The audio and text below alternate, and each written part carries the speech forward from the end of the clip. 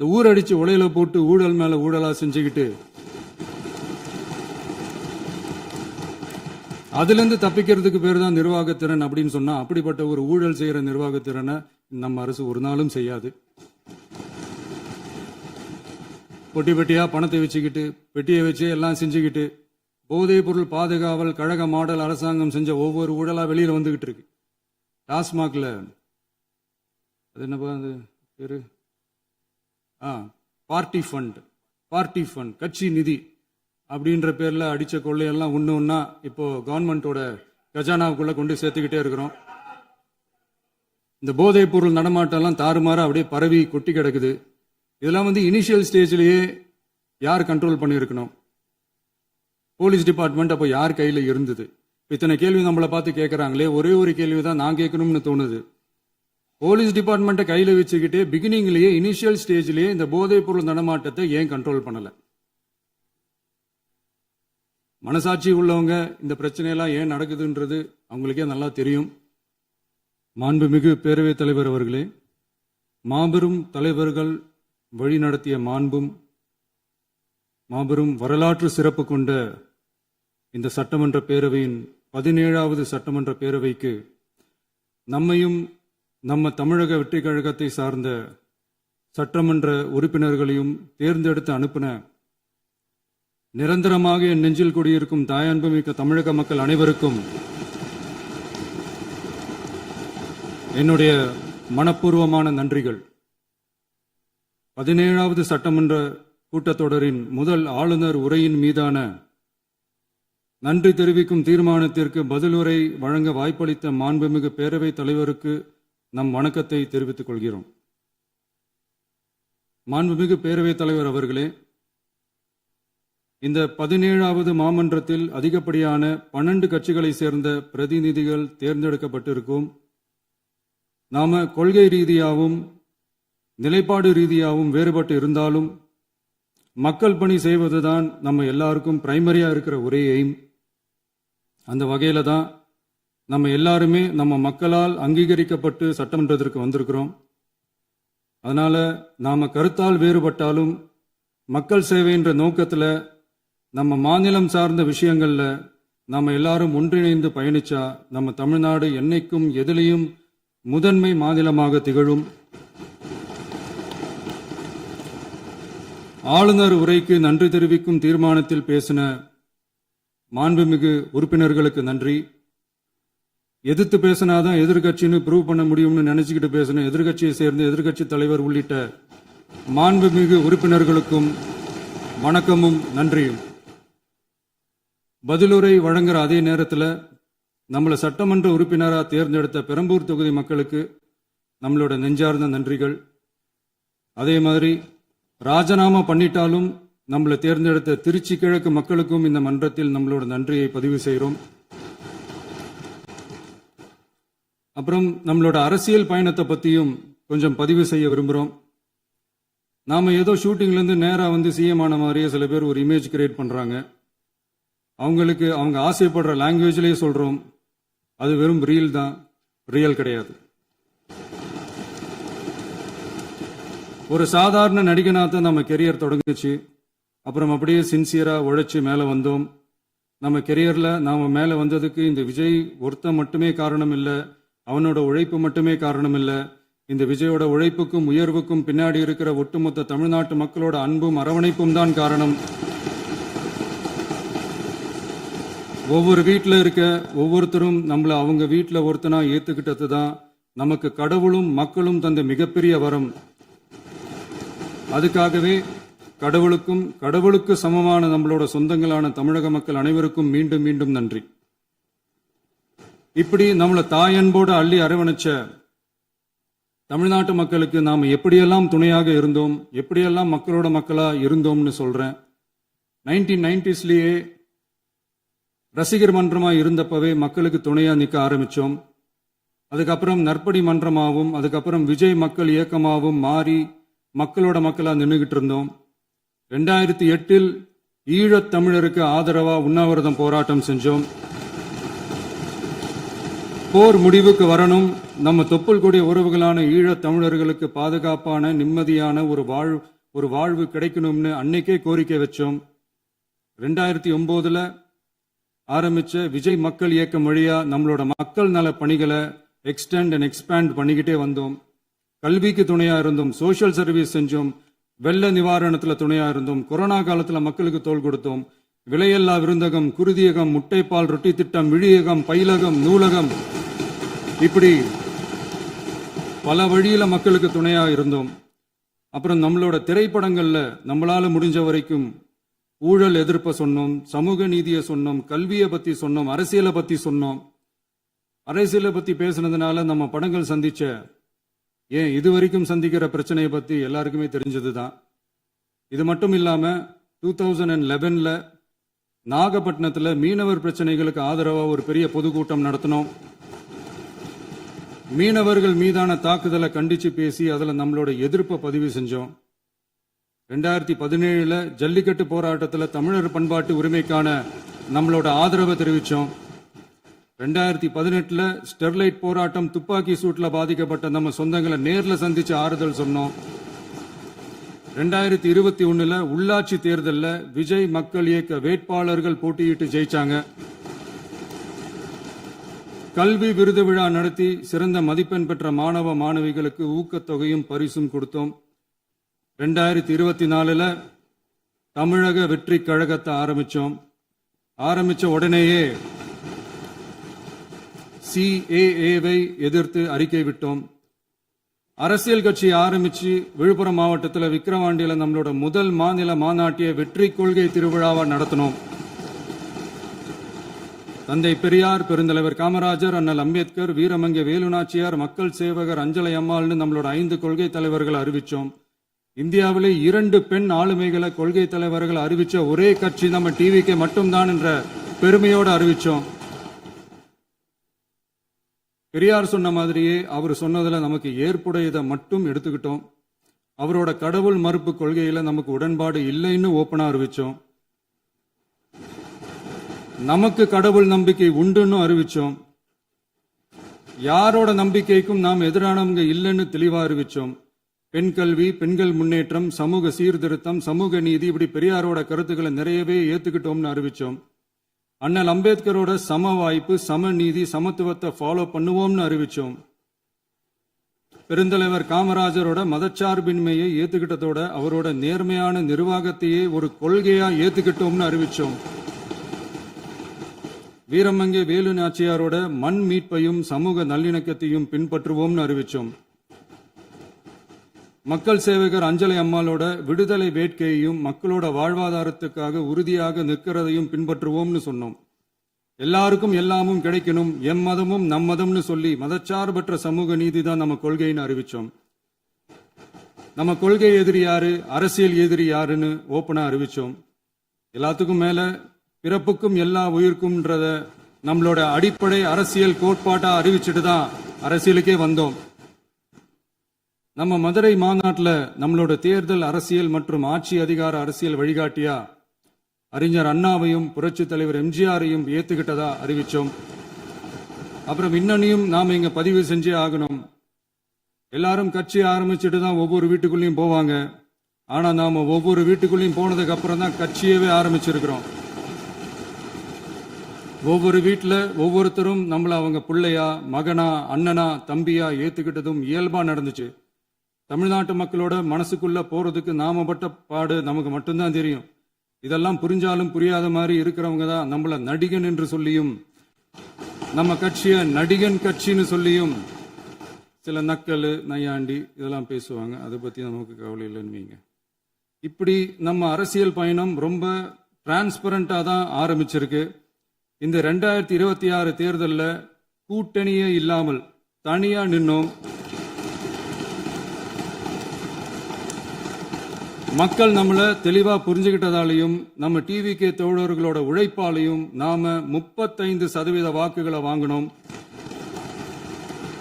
1,72,00,000 வாக்குகளோட தமிழ்நாட்டிலேயே தனி பெரும் கட்சியா வந்தோம். தமிழக மக்களாலையும் நம்மளோட ஆதரவு இயக்கங்களாலையும் இதோ இன்னைக்கு இங்க நம்ம டிவிக்கே ஆளும் கட்சியா உட்கார்ந்துருக்கிறோம். இந்த ஆளும் கட்சியா ஆனதும் அவ்வளவு சாதாரணமாலாம் நடந்துடல. 2.25 வருஷத்துல ஆட்சிக்கு வந்துட்டீங்கன்னு ரொம்ப கிண்டலா கேலியா சிலர் பேசுறாங்க. எங்களோட இந்த 2.25 வருஷ டிராவல்ல எவ்வளவு வலியும் வேதனையும் இருக்குது. நம்மளோட மக்கள் சந்திப்புக்கே அவ்வளவு இடையூறு, அவ்வளவு தடைகள், ஊர் உலகத்துல யாருக்கும் இல்லாத ஒன்னா நமக்கு மட்டுமேன்னு தனியா ஸ்பெஷலா எக்ஸ்க்ளூசிவா நிறைய நிபந்தனைகள், நெருக்கடிகள், கட்டுப்பாடுகள், நம்மளை சந்திக்க வர்ற மக்களுக்கு சரியான பாதுகாப்பு இல்லாம, நம்ம கூட்ட நிகழ்ச்சிக்கு போதுமான பாதுகாப்பு இல்லாமன்னு இன்னும் வெளியே சொல்ல முடியாத நிறைய சூழ்ச்சிகள் எல்லாத்தையும் தாண்டி தான் நாம் இந்த இடத்துக்கு வந்திருக்கிறோம். But still miles to go. நம்ம டிராவல்ல எல்லாத்துக்கும் உச்சமா நம்மளோட சொந்தங்கள், நம்மளோட உறவுகள், 41 பேர் கரூர் சம்பவத்தில் இழந்த வேதனை எல்லாம் எப்படி சொல்றதுனே தெரியல. நம்ம மனசை விட்டு என்னைக்கும் அந்த வலியும் வேதனையும் நீங்கவே நீங்காது. அதுலயும் நம்ம மேலேயே பழி போட்ட கொடுமையெல்லாம் இருக்கும் பாருங்க, அதெல்லாம் வேற லெவலுங்க. என்னத்துக்கு அப்படியெல்லாம் செஞ்சாங்கன்னு தெரியல. அரசியல்னா இப்படியெல்லாம் கொடூரமா இருக்கணுமா என்ன? சரி விடுங்க. இந்த விஜய் இவனோட மக்களுக்காக எதையும் தாங்க தயாரா ஆகிட்டான். இவ்வளவு பெயின்ஃபுல்லான நம்ம பொலிட்டிக்கல் டிராவல்ல நம்மளோட மிகப்பெரிய ஆறுதலும் பலமும் என்ன தெரியுமா? என் நெஞ்சில் குடியிருக்கும் என்னோட தமிழ்நாட்டு மக்களும், என் உயிருக்கு உயிரான என்னோட தோழர்களும் தான். அவங்களோட பலத்தால தான். அன்னைக்கு 1967 முன்னாள் முதல்வர் மாண்புமிகு அறிஞர் அண்ணா அவர்கள் தலைமையில் அமைஞ்ச சாமானியர்களோட ஆட்சி மாதிரி, 1977 முன்னாள் முதல்வர் மாண்புமிகு புரட்சி தலைவர் எம்ஜிஆர் அவர்கள் தலைமையில் அமைஞ்ச மிக சாமானியர்களோட ஆட்சி மாதிரி, இதோ இன்னைக்கு அதே வரிசையில 2026 சட்டமன்ற தேர்தலில் இந்த விஜயோட தோழர்கள் இடம்பெற்ற ஒரு மிக மிக சாமானியர்களின் ஆட்சி அமைஞ்சிருக்கு. வாகை சூடும் வரலாறு திரும்பி இருக்கிறது.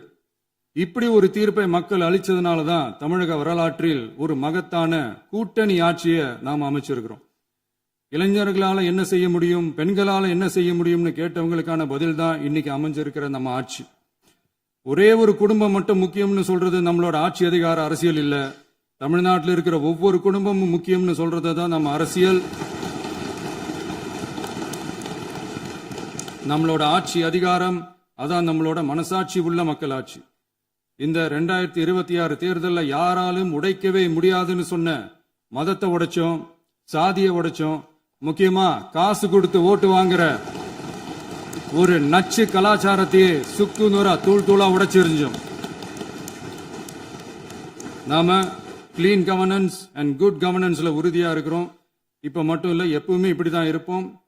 இதுல 100% இது உண்மைன்றதுனாலதான் பாரம்பரியமான தினத்தந்தி பத்திரிகை ஊழலின் ஊற்றுக்கண் அடைக்கப்படுகிறதுன்னு 16/6/2026 அன்னைக்கு ஒரு தலையங்கமே எழுதியிருக்கு. ஒரு தவறு செய்தால், அது தெரிந்து செய்தால் அவன் தேவன் என்றாலும் விடமாட்டேன் என்று எம்ஜிஆர் அன்று பாடினார். அதை இன்று விஜய் செயலில் காட்டுகிறார்னு அந்த எடிட்டோரியல்ல எழுதியிருக்கு. இந்த நேரத்தில் தினத்தந்திக்கு நம்மளோட நன்றியை தெரிவிச்சுக்கிறோம். அரசியலுக்கு வந்து 2 வருஷம் தான் ஆகுது. உங்களுக்கு என்ன தெரியும், உங்களால என்ன முடியும்னு கேலியா கேட்டவங்களுக்கு தினத்தந்தியோட பதிலை இப்போதைக்கு போதும்னு நினைக்கிறேன். என்னென்னமோ செய்வான்னு சொல்றானே இந்த விஜய், பல வருஷமா இருக்கிற ஒரு பதவி வெறி பிடிச்ச அரசியலை உடைச்சி எப்படி செய்வான்னு நம்ம மக்களை யோசிச்சிருவாங்க. இதோ இப்போ நம்ம மக்களுக்கு புரிஞ்சிருக்கும். இப்பவும் சொல்றோம், இது வெறும் ஆரம்பம் தாங்க. இந்த மாபெரும் சபையிலிருந்து கேட்கிற மக்களே, நமக்கு கொஞ்சம் அவகாசம் கொடுங்க.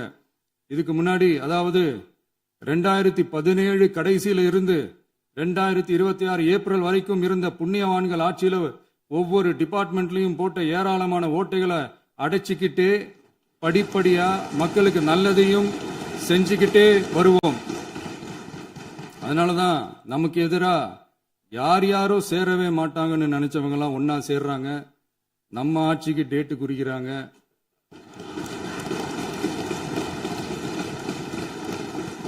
சரி, அவங்கள நம்ம மக்களே பார்த்துப்பாங்க, அது விடுங்க. நாம ஆட்சிக்கு வந்து சரியா 40 நாள் ஆகுது. அதுக்குள்ள என்ன செஞ்சீங்கன்னு கேட்கிறாங்க. ஒரு லிஸ்ட் ஒன்னு சொல்றேன் கேளுங்க. பெண்கள் பாதுகாப்புக்காக சிங்கப்பெண் சிறப்பு படை, 200 யூனிட் வரை கட்டணமில்லா மின்சாரம், போதைப் பொருள் ஒழிப்புக்காக தனிப்படை, குறுவை நெல் சாகுபடியை ஊக்குவிப்பதற்காக 134.83 கோடி சிறப்பு தொகுப்பு திட்டம், வழிபாட்டு தலம், ஸ்கூல், பஸ் ஸ்டாண்டுன்னு அதுக்கு பக்கத்தில் இருக்கிற 717 மதுபான கடைகள் மூடப்பட்டன. அங்க வேலையில் இருந்தவர்களுக்கு வேறு கடைகளில் வேலை. கவனிக்கப்படாமல் விடப்பட்ட அம்மா உணவகங்கள் புதுப்பிக்கப்பட்டன. பத்திரப்பதிவு துறையில் பகல் கொள்ளைக்கு புல் ஸ்டாப் வைக்கப்பட்டுள்ளது. வருகையில்லா ஆவண பதிவு முறை கொண்டுவர உத்தேசிக்கப்பட்ட செயல்பாட்டில் உள்ளது. அரசு மற்றும் தனியார் மருத்துவமனையில் ஸ்கேன் மையங்களில் கருவுறுவதற்கு முன் மற்றும் பின் ஏற்படும் தவறுகளை கண்காணிக்கவும், மருத்துவ நிறுவனம் முறைப்படுத்தும் சட்ட விதிகள் பின்பற்றப்படுகிறதா என கண்காணிக்கவும், மருத்துவ மற்றும் ஊரக பணிகள் இயக்கத்தின் பயன்பாட்டிற்காக 40 புதிய வாகனங்கள் வழங்கப்பட்டுள்ளது. கூட்டுறவு வங்கியின் ஏழை எளிய மக்கள் வாங்கிய கடனுக்கு முதல் முத்தாய்ப்பாக ரூபாய் 2045 கோடி தள்ளுபடி வழங்கி ஆணையிடப்பட்டுள்ளது. ஒன்றிய அரசிடம் கேட்டுக்கொண்டதற்கிணங்க கடந்த 2 வருடமாக நிறுத்தி வைக்கப்பட்ட இருந்த ஜல் ஜீவன் மிஷன் திட்டம் புதுப்பிக்கப்பட்டு ஜல் ஜீவன் மிஷன் திட்டம் 2.0 நடைமுறைக்கு கொண்டு வரப்பட்டுள்ளது. 18,500 கோடி அளவில் உறுதியளிக்கப்பட்ட காஞ்சிபுரம் மாவட்டத்தில் மைய விரிவாக்க திட்டம், கோயம்புத்தூரில் மின்னணு பொருட்கள் மற்றும் மின்னணு அமைப்புகள் உற்பத்தி திட்டம் மற்றும் திருவள்ளூர் மாவட்டத்தில் காட்டுப்பள்ளி LNT கப்பல் கட்டும் தளம் விரிவாக்க திட்டத்திற்கு ஒப்பந்தங்கள் போடப்பட்டுள்ளன. அனைத்து நிர்வாக நடவடிக்கைகளும் மின்னணு முறையில் மாற்றம் கொண்டு வர நடவடிக்கை எடுக்கப்பட்டு வருகிறது. சட்டவிரோத கல்குவாரி மற்றும் அனுமதியின்றி கனிமங்களை எடுத்துச் செல்வது தடுக்கப்பட்டுள்ளது. பல்வேறு குவாரிகள் சீல் வைக்கப்பட்டுள்ளன. கனிமங்களை கண்காணிப்பது, எல்லைகளை நிர்ணயிப்பது மற்றும் ஆளில்லா விமானம் மூலம் அளவீடு செய்வது போன்றவற்றை செயல்படுத்துவதற்கான பணிகள் மேற்கொள்ளப்பட்டு வருகின்றன. அனைத்து துறைகளிலும் அலுவலர் தலையீடு இல்லாமல் லஞ்ச லாவண்யமற்ற தமிழகத்தை உருவாக்க அனைத்து நடவடிக்கைகளும் முடுக்கிவிடப்பட்டுள்ளது. இதெல்லாம் சாம்பிள் தான், இன்னும் இருக்கு. இந்த வெறும் 40 நாளுக்குள்ளேயே இவ்வளவு செஞ்சிருக்கோம்னா இனி வர்ற நாட்கள்ல கொஞ்சம் கொஞ்சமா படிப்படியா ஸ்டெடியா உழைச்சி லஞ்சலாவணம் இல்லாத, ஊழல் இல்லாத, பெண்களுக்கு பாதுகாப்பான, சுதந்திரமான, டிரான்ஸ்பரண்டான தமிழ்நாட்டை நம்ம சொந்தங்களான தமிழக மக்களுக்கு தர்றது தான் நம்மளோட ஒன் அண்ட் ஒன்லி டார்கெட். கண்டிப்பா அதை நிறைவேற்றியே காட்டுவோம். 8 கோடி மக்கள் நம்மளோட இருக்கிறப்போ ஏங்க அதை செய்ய முடியாது? மாண்புமிகு பேரவைத் தலைவர் அவர்களே, தமிழ்நாட்டின் கருவூலம் எப்படி திசை மாறி உருமாறி தேய்ந்து ஓய்ந்து கிடைக்கிறதுன்னு சொன்னாங்க. திசை மாறி உருமாறி தேய்ந்து ஓய்ந்துன்னு வசனம் மாதிரி ரைமிங்கா இல்லாம வளமான இலக்கியமா இதே சபையில பேசினவங்களோட திறமையான ஆட்சியில நடந்த நிதி மேலாண்மையை பத்தி வெள்ளை அறிக்கையா வெளியிட்டோம். வெள்ளை அறிக்கை வந்ததிலிருந்தே கண்ணை கட்டுதுங்க. அந்த காலத்துல தான் பிள்ளையோ பிள்ளை, தொல்லையோ தொல்லைன்னு சொன்னாங்க. அதே மாதிரி தாங்க அவங்க ஆட்சியாலையும் அவங்களாலையும் இன்னைக்கு தமிழ்நாட்டுக்கே தொல்லையோ தொல்லை. இப்படி ஒரு நிலைமையை உண்டாக்கி வச்சுட்டு இவங்க சொல்றாங்க நமக்கு ஆட்சி செய்ய தெரியாதுன்னு. நம்ம அமைச்சர்களுக்கும் நம்ம சட்டமன்ற உறுப்பினர்களுக்கும் ஒன்னும் தெரியாதுன்னு. ஆமாங்க, எங்களுக்கு தெரியாதுதான். எங்க சட்டமன்ற உறுப்பினர்களுக்கும் அமைச்சர்களுக்கும் மக்கள் பணி செய்ய தெரிஞ்ச அளவுக்கு மக்கள் பணத்தை சுருட்ட தெரியாதுதான்.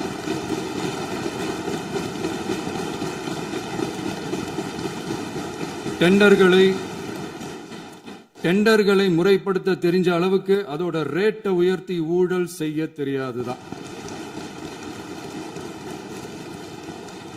பதவி உயர்வு வழங்கவும் பணி இடமாற்றம் கலந்தாய்வு நடத்தவும் தெரியுமே தவிர பதவி உயர்வுக்கும் பணியிட மாற்றத்திற்கும் பணம் பறிக்க தெரியாதுதான்.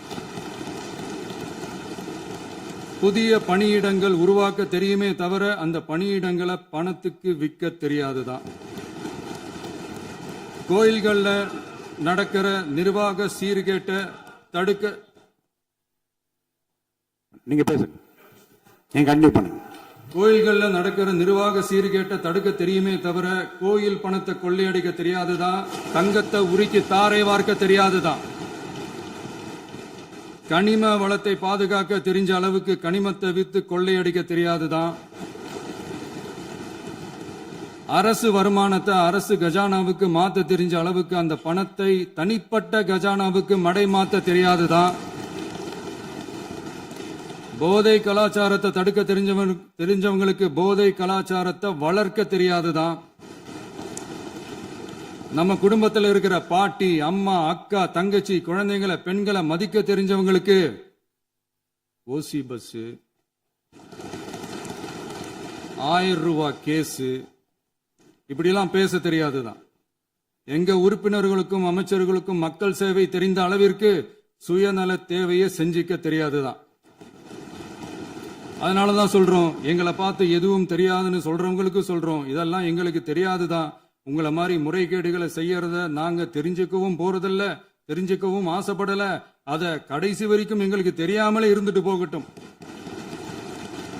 அதனால நாங்களும் எங்க மக்களும் வெரி வெரி ஹாப்பி தான். மாண்புமிகு பேரவைத் தலைவர் அவர்களே, எதிர்ப்பவர்கள் எதிர்க்கட்சி என்பதற்காக எங்கள் ஆட்சி மீது 1000 பழி போடலாம். ஆனாலும் தமிழக மக்களுக்கு உண்மையை உணர்த்த வேண்டியது நம்மளோட கடமை. மின்வெட்டை பொறுத்தவரை தமிழ்நாடு மின்மிகை மாநிலமாக இருந்தாலும் கடந்த காலங்களில் ஏற்பட்ட நிர்வாக குளறுபடிகளும் மின்சார சாதனங்கள் மற்றும் மின் மாற்றிகளில் ஏற்படும் பழுதாலும் வேண்டுமென்றே சிலரின் நடவடிக்கைகளாலும் இந்த மின்வெட்டிற்கு காரணமாக உள்ளது.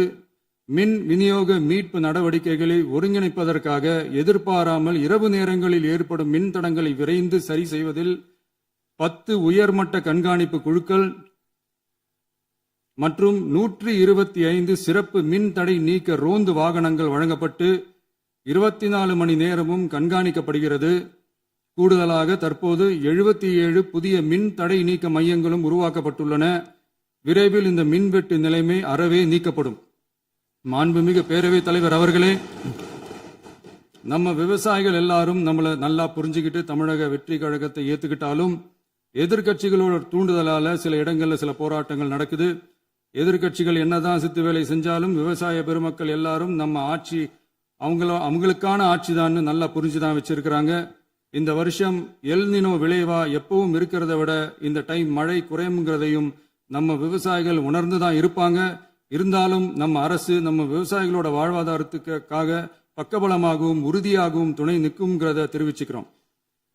நம்ம தமிழகத்தில் ஏற்கனவே நடந்த அதி அற்புதமான சூப்பரான நிர்வாக திறன் கொண்ட 50 வருஷ அரசியல் அனுபவம் கொண்ட 2.0, 3.0, 4.0 பல 0.0 மாடல் ஆட்சி நடத்த கனவு கண்டவங்களோட அட்டகாசமான ஆட்சிக்காரங்க பல்வேறு விதமான நிதி நெருக்கடியை நம்ம மக்களுக்கும் நமக்கும் பரிசா கொடுத்துட்டு போய் இருந்தாலும் கூட்டுறவு வங்கிகளின் மூலம் 75,000 வரை பயிர்கடன் பெற்று குறு சிறு இதர பெரு விவசாயிகளுக்கு 100% முழுமையான பயிர்கடன் தள்ளுபடியும் 75,000க்கு மேல் கடன் பெற்றவர்களுக்கு குறைந்தபட்சமாக 35,000 பண பயன் கிடைக்கும் அளவிற்கு மொத்தம் 14,43,504 விவசாயிகளுக்கு ரூபாய் 5,932.23 கோடி பயிர்கடன் தள்ளுபடி வழங்கப்பட்டுள்ளது.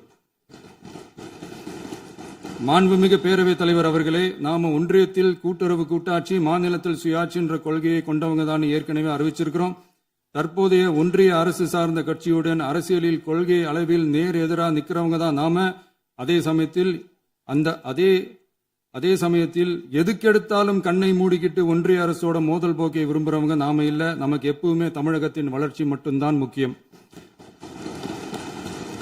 அதுக்காக நம்மளோட அரசியல் ரீதியான கொள்கைகளையோ மாநில உரிமைகளையோ கொஞ்சம் கூட விட்டு கொடுக்கவே மாட்டோம். அதுல ரொம்ப தெளிவாகவும் உறுதியாகவும் இருக்கிறோம். இனியும் இப்படித்தான் இருப்போம். அதுல ஒருபோதும் மாற்றமே இருக்காது. அதனால இதுல யாரு திசை திருப்ப வேலையில் ஈடுபட்டாலும் அவங்க எல்லாரும் மக்கள் மத்தியில் தோற்பது உறுதி. எனவே நம்ம மக்களுக்கோ சிறுபான்மை சகோதரர்களுக்கோ நம்ம ஆதரவு இயக்கங்களுக்கோ எந்தவித சந்தேகமும் வேண்டாம். நாம் யாரோட டீமும் இல்ல. நாம எப்பவுமே பியூரான பீப்புள்ஸ் டீம். இன்னும் சொல்ல போனா நாம secular team, social justice team. மாண்புமிகு பேரவைத் தலைவர் அவர்களே, அரசு விழாக்கள், கல்வி நிறுவனங்கள் மற்றும் பல அதிகாரப்பூர்வ நிகழ்ச்சிகளோட தொடக்கத்தில் நம்ம தமிழ்தாய் வாழ்த்த பாடுறது தான் வழக்கமா இருக்கு. தமிழ்தாய் வாழ்த்த பொறுத்த வரைக்கும் நம் அரசு இதுல நம்மளோட உறுதியான நிலைப்பாட்டை ஒன்றிய அரசுக்கு மிக தெளிவா தெரிவிச்சிருக்கு. அது இல்லாம இதில் மாநில அரசின் கொள்கைக்கு ஏற்ப ஒன்றிய அரசின் அறிவிக்கையில் திருத்தம் மேற்கொள்ள கோரிக்கையும் விடுக்கப்பட்டுள்ளது.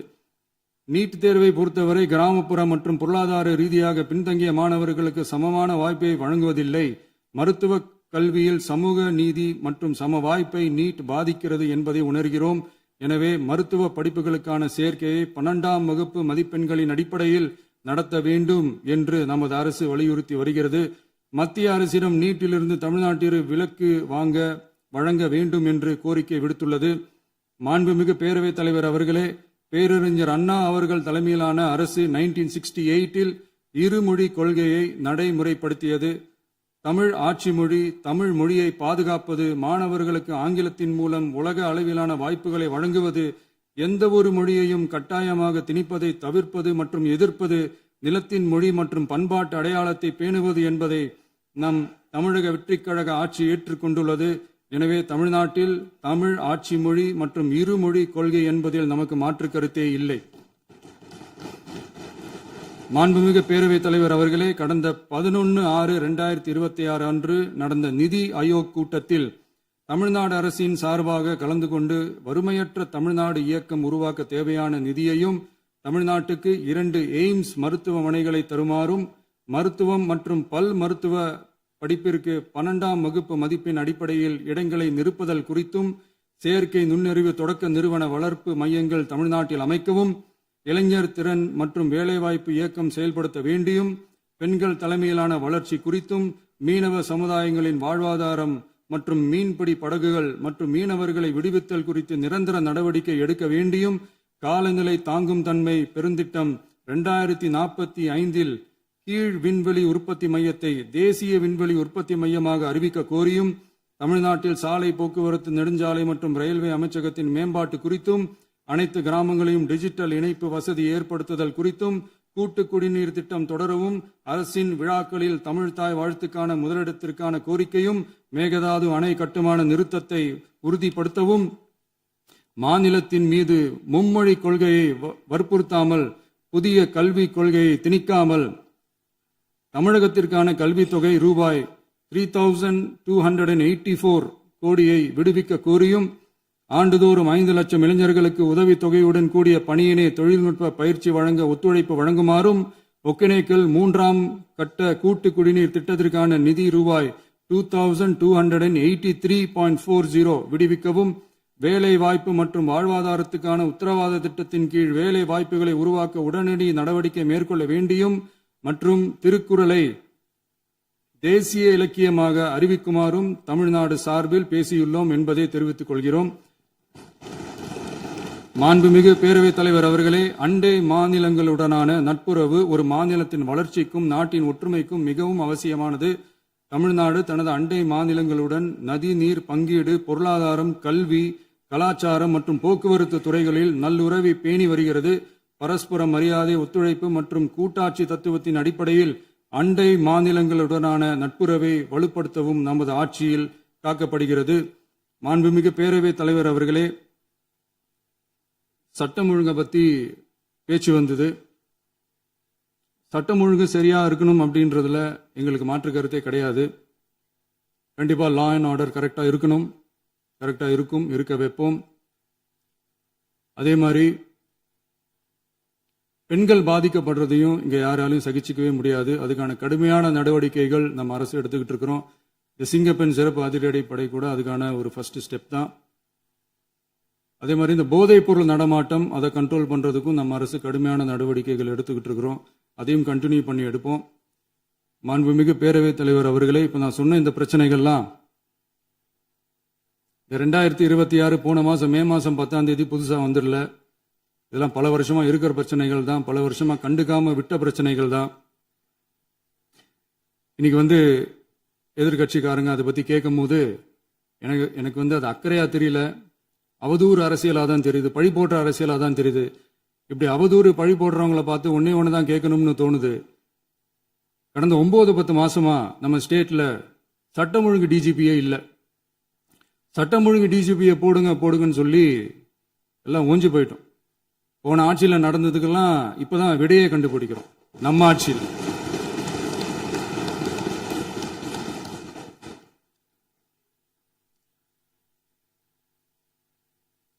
இந்த போதைப் பொருள் நடமாட்டம்லாம் தாறுமாற அப்படியே பரவி கொட்டி கிடக்குது.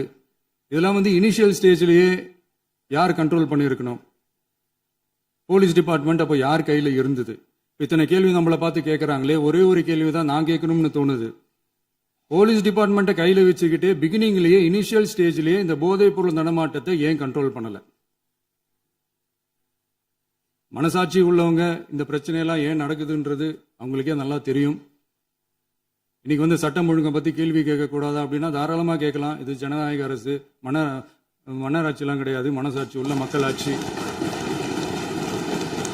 அதனால கேள்வி கேட்கலாம், எல்லாருக்கும் எல்லா உரிமையும் உண்டு. விமர்சனம் செய்யலாம், எல்லாருக்கும் எல்லா உரிமையும் உண்டு. ஆனா நம்ம ஆட்சியில் என்ன நடவடிக்கைகள் எடுத்திருக்கோன்றது தெரிஞ்சுக்கிட்டு அதுக்கு ஏற்ற மாதிரி ஒரு நடுநிலையா பேசுனீங்கன்னா கொஞ்சம் நல்லா இருக்கும்.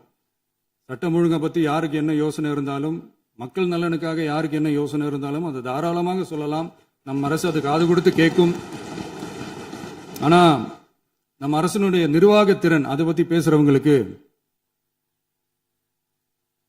இந்த ஊரடிச்சு உலையில போட்டு ஊழல் மேல ஊழலா செஞ்சுக்கிட்டு